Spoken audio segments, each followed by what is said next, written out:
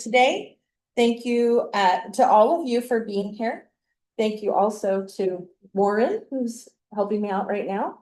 Danny, who had such an amazing introduction, and I just felt so wholeheartedly connected, welcomed in. And I'm just going to tell you, if you're online, you're missing probably at least half of the service because of not only the beautiful location, the amazing music, the fellowship and community, but the magic that I feel here today, because I watched online previously and I missed the music and I missed the fellowship and the location and just the feeling of being in this room with this community. So I invite you to please, if you need to get up early, if you need to come and visit, if you need, whatever you need to do, if you're watching online, please come and experience it at least once in person. So I'm so grateful today because every time I talk, I go on a journey. I go on this journey to find out what's within me about the subject and what is calling to me to come and share with you. And so, even though I may not know you, you've been in my heart with me these weeks while I'm studying and researching and looking for what I wanted to bring forth for you. So, we're already in this together, and I'm just grateful. So, as moved as I was by the music and being here, it's just like I feel like I'm already done today. So it's like, as all of the nerves and excitement that come with it, like I'm just overwhelmed with the emotion. And as I usually am when I am in my spiritual connection, in my really right mind and alignment. And I just want to let you know that that's where I'm speaking from today. And even though I write it out and I think, well, what am I going to say? And what am I going to do? Spirit is moving through me right now, just as it is moving through you. And we are together. So I'm glad you came to join me today. So, saying all of those things, I just want to recognize that there are some hard things going on in the world right now. And if you'll join me putting your hand over your heart, and if you want to close your eyes, I just want to say that although those hard things are going on in the world, we can send whatever it is our prayer is silently, or you can say a word to all those who are within the chaos that is happening right now, whether it be bombing or fear of the political process that's happening. I just want to send peace and love to all those people who are experiencing those things. Because in the science of mind, we don't deny that there are conditions happening at the Centers for Spiritual Living. We don't cannot deny that these conditions are happening, but just to recognize that that may be present for you today, as it is present for me. To connect to the inner knowingness that knows what's happening and what needs to happen. That is from this chaos that order comes.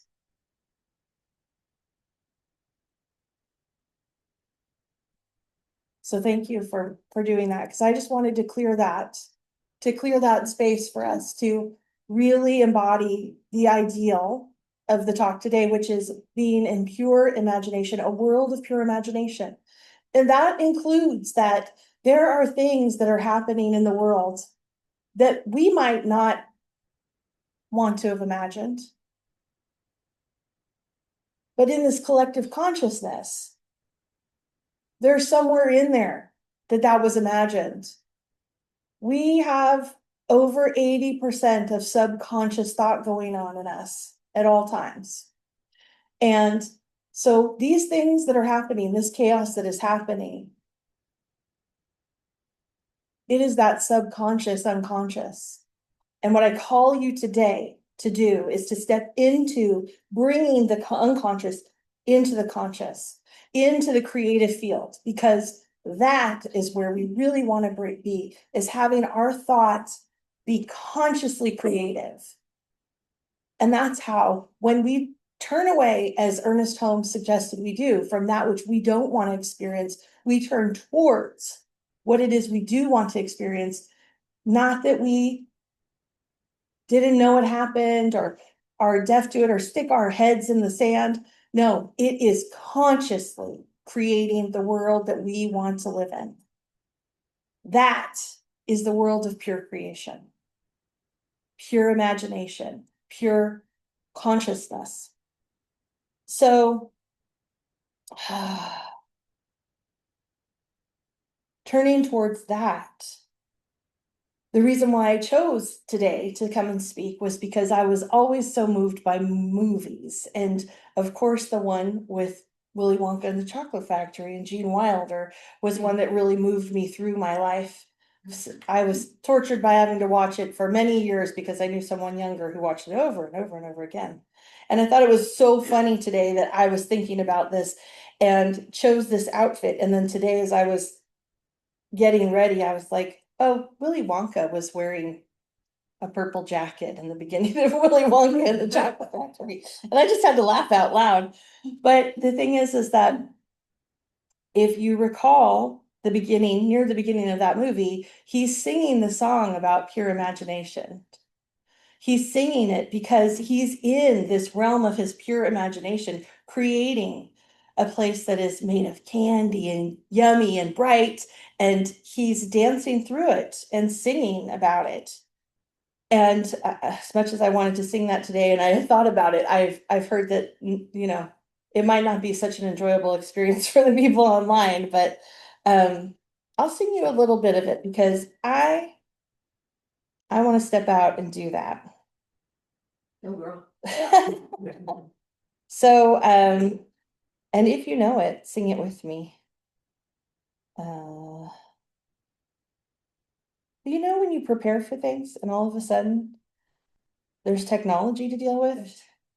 Because I'm like out of my mind when I'm in my spiritual place, I'm in my heart. So I'll just let you know. Hold your breath, make a wish, count to 3. Come with me and you'll be in a world of pure imagination. Take a look and you'll see into your imagination. We'll begin with a spin, traveling in the world of my creation. What we'll see will defy explanation. If you want to view paradise, simply look around and view it. Anything you want to do it. Want to change the world, there's nothing to it. Right? What a song of affirmation. What a feeling. And if you're not transported back to watching that, please go watch it. Because it is such a joyful part of this movie, which moves in and out of many feelings. So I like to bring it back to Ernest Holmes because he really called me to this tradition and this belief system because he wanted to bring all of the best of the biggest belief systems together. And so what he says about that in his book, This Thing Called You, is I am guided by the same intelligence and inspired by the same imagination which scatters the moonbeams across the waves and holds the forces of nature in its grasp. What a beautiful picture of imagination that here we are in this divine intelligence and this imaginative force, part of it. It's one of the beautiful things of our belief. We are a part of it. We're not separate. We influence it. It influences us. We're dancing, dancing. So I just love that Ernest spoke like this. He, another one that really just moved me is true imagination is not fanciful daydreaming. It is fire from heaven. Yeah. Yeah. Fire from heaven is what you are dreaming. It is what you are creating in every prayer, in every thought, in every word, in every action. You are dancing with the divine. And I just want to remind you today, because you know what? You reminded me. You reminded me for this call to come and speak today. And that's exactly the same as what we're doing with spirit, whether we know it or not. No exception. I love that part of prayer. No exception. That means that we are all perfect. We are all doing spirit's work. We are all equal in this relatable way of spirit and energy and the divine force. So that's why we want to spread what we have, whether it's energetically, whether it's through prayer, whether it's the way that we walk in the world. Because call in those people who don't know, who forget themselves to be part of this creative force that is making this world. That's why when we look at what is uncomfortable and chaotic and fearful, we can remember that it is all love or the call to love. So all that is chaotic is that call to love. I know it's hard for people who are having a hard time in this political climate, no matter where you stand on the divide. But love is what can be sent to everyone, right? That is not ignoring the conditions that are uncomfortable. That is being forceful and focused and really intentional with what we want to create in this world that works for everyone. Because don't forget, that means having a place for everyone too. So I got way off of my stuff. I loved that Holmes talks about daydreaming and dreaming because I've often thought about that there are peoples who believe that we're already in the dream state. This is the dream world to many of them. Aboriginals, those Aboriginal people of Australia and the Amazon, some indigenous people, that we're already in that dream state and creating in the now. And that now has often been touted as the only thing there is, right? Right now. So the past that we're hurt from, I'm sorry, yes, we have been hurt from the past, and the future that we're afraid of, not happening. Just like I wanted to center us in now, because here we are safe, right? We are in this moment, we are together. Yes, there are conditions that may be happening, but right now, we're good. All of us right here. And I mean that in many ways. So I was interested because I've heard of Meister Eckhart many times and was like, oh yeah, I've heard this guy quoted. And I really looked at, because you guys called me to it, right? Who was Meister Eckhart? Because he talked about always being in the eternal now, now, now. Dominican friar, philosopher, renowned speculative mystic. Did you know that's who we're talking about when we talk about Meister Eckhart? Yeah. Yeah, beautiful. And he was also in alignment with one of the things, many of the things that Buddhism talks about, which is we are in the eternal now.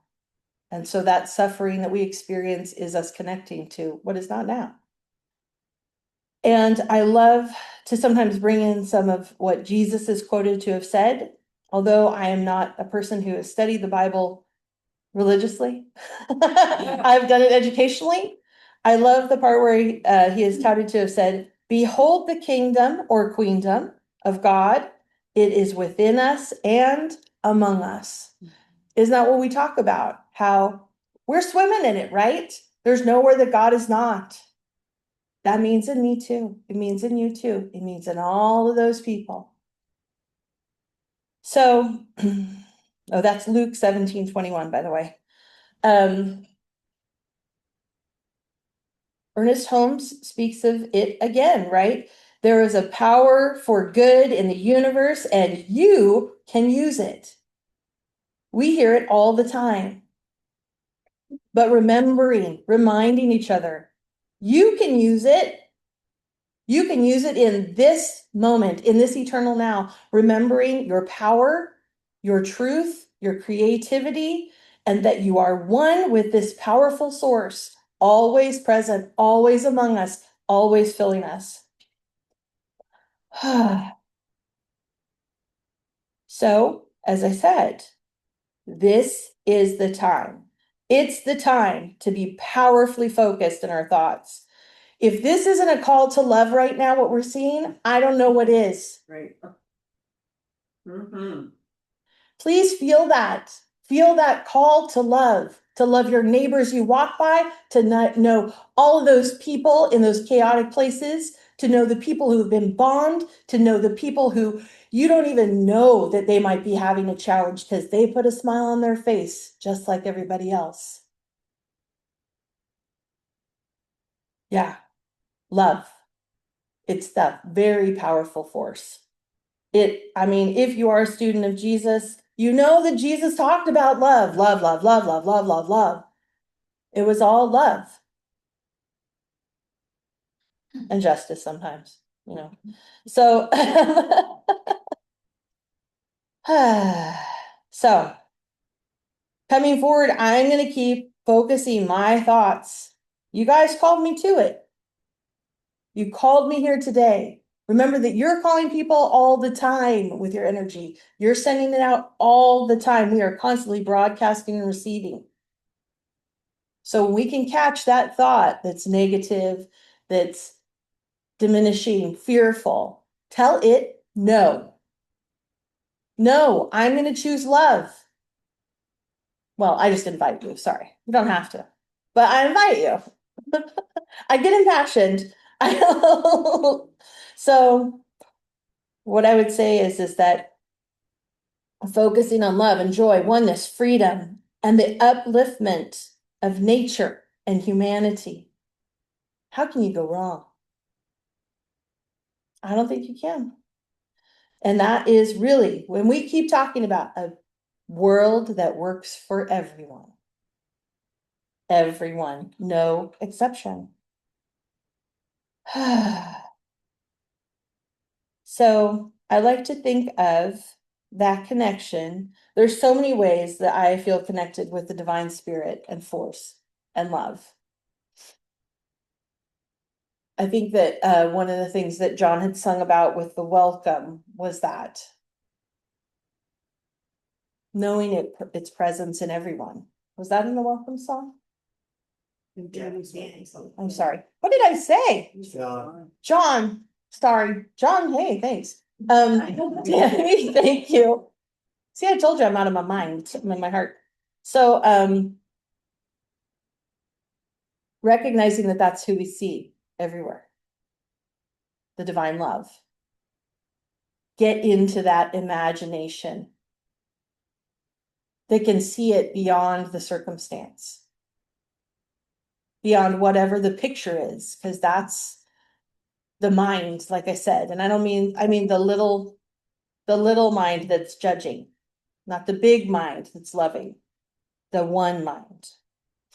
So that inner guidance that knows the truth, knows that truth of love is always present, always waiting, just waiting to be brought forth. Calling even from people who are difficult to love.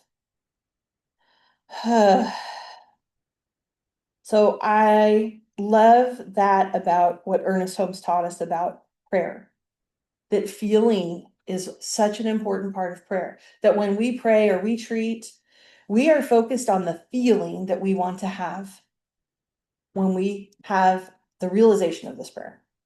How do you want to feel? Not how's it going to look? When's it going to show up? When is my knight going to show up in shining armor? Got to be now in my time. Not God's, right? Not spirit's. Spirit is creating something good. Let it do it. Let it do it on its time, its way, and just prepare yourself to feel the way that you want to. That is an imaginative force, right? Imaginative force. Creating the space, the container, the receptacle to receive whatever it is you want to feel. And that's something we can do even in these times, like I said. So the way I think about that is not just treat and move your feet, because we talk about that too, which means pray and do your work, but seat, treat, and move your feet. Sit down and meditate and listen. Seat yourself. And I know I love walking meditation, but sometimes sitting and being very still to hear that inner guidance system of the divine voice within is really important. I mean, there's that story that they said about, was it Gandhi, who said, I meditate an hour every day, but on hard days, I meditate 3 or 5 or whatever it is, because we need to take the time. And I really love finding meditation in the way that I read about it in the Buddhist way, which is in everything be meditating, washing the dishes, feeling the bubbles in the warm water. Whenever we can, it's our focused intention. But seat as much as possible. And then treat. Be paying attention to those thoughts and knowing what it is that you want to think, what you want to have, what you want to feel. Pray as much as possible. It's what practitioners are taught to do. To be always in prayer. It's a hard job to do, even when you're a practitioner or minister. But it's the intention that we make. And move your feet. Act. Do what you are called to do. If you get that little inkling, I like to say, I like to listen to spirit by the 3rd ring. Because once it gets past 3 chances to pick up, it gets really uncomfortable for me. I don't say that has to be for you, but I'm just saying that's how I learned, is like, if spirit shows up and I get an inkling to do something, and then again, and then by the 3rd one, I'm like, okay, I'm gonna do it. Because often our move your feet, it's sometimes complicated. We're in a real thinker's tradition and belief system, and there's a lot of choice and freedom, not like some other belief systems. So we really do need to hone and fine tune our inner guidance system, our connection with spirit, to know when it is ours to act and with intention.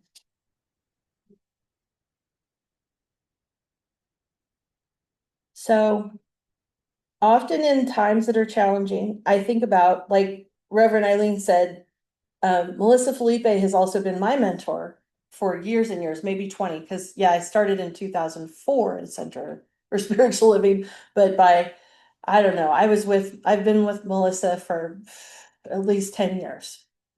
And one of the prayers that she taught me, and I've called to it in many times of confusion, are,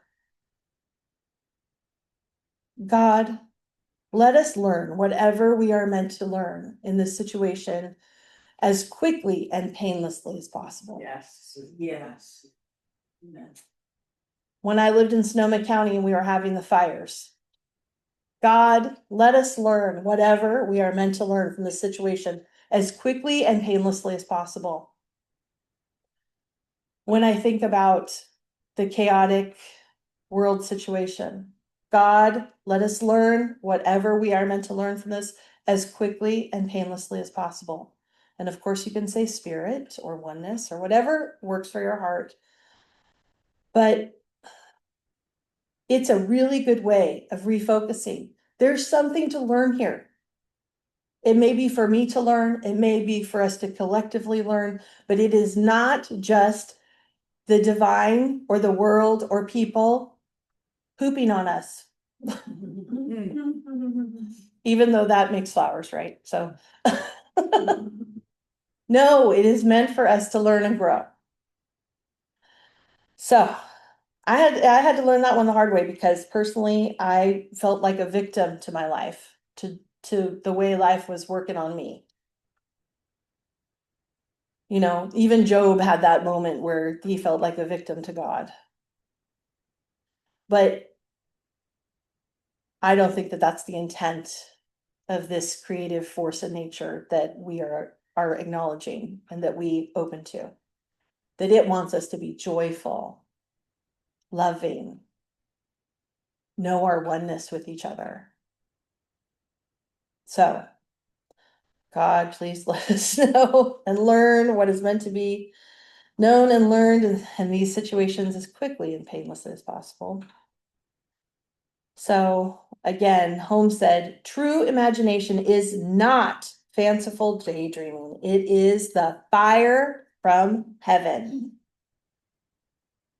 Keep on daydreaming and creating, because he said not fanciful. We can still dream of the world that we want to have, the ways that we want to walk in it, the ways that we want to be.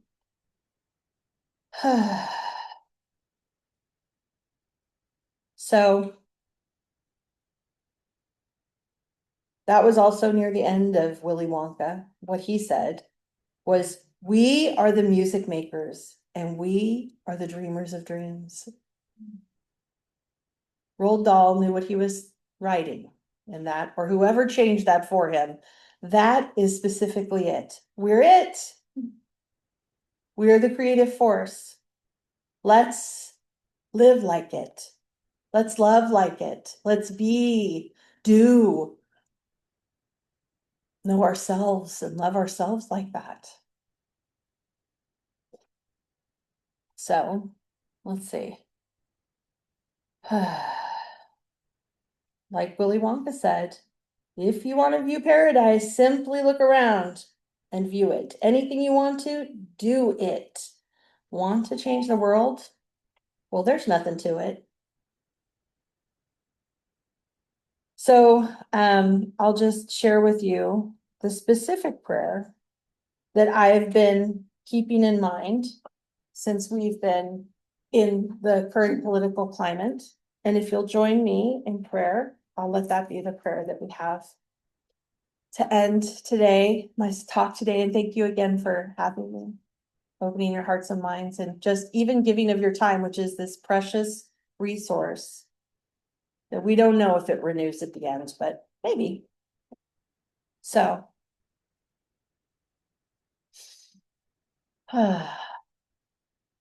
knowing that the divine is constantly everywhere, in and through everything, without any kind of exception. That means me. And that means you. We are this divine creator and creation, dancing through this life. And so in this time when people seem to feel disempowered, I'm sorry, when people seem to be disempowered, or that at least seems to be what may be happening, I call to and know and open to hold a space, create the container, that all those who have power anywhere, in any way, big or small, know at the perfect time and way how to use that power, how to use it for the best, the highest, the most amazing expression of love and fulfillment, enrichment, and enlivenment of humanity, of our planet, of our solar system, of everything that we do not see and everything we see, to empower us all to know the right timing and way to be our most powerful self, because we are the creator and the creation. So let those who do not feel the power know it right now. Right now, their divine power within. Let the love that we feel today move out into the universe and way, way out into what is unknown, because we know it is coming back. We are a part of this reciprocal nature and we're receiving it and giving it dancing with the divine. So knowing that this is already happening and that the law comes to make it all so perfectly, effortlessly, beautifully. I know that this prayer was made manifest. I want you together with me proclaim it. And so it is. So it is. Thank you for being with me today.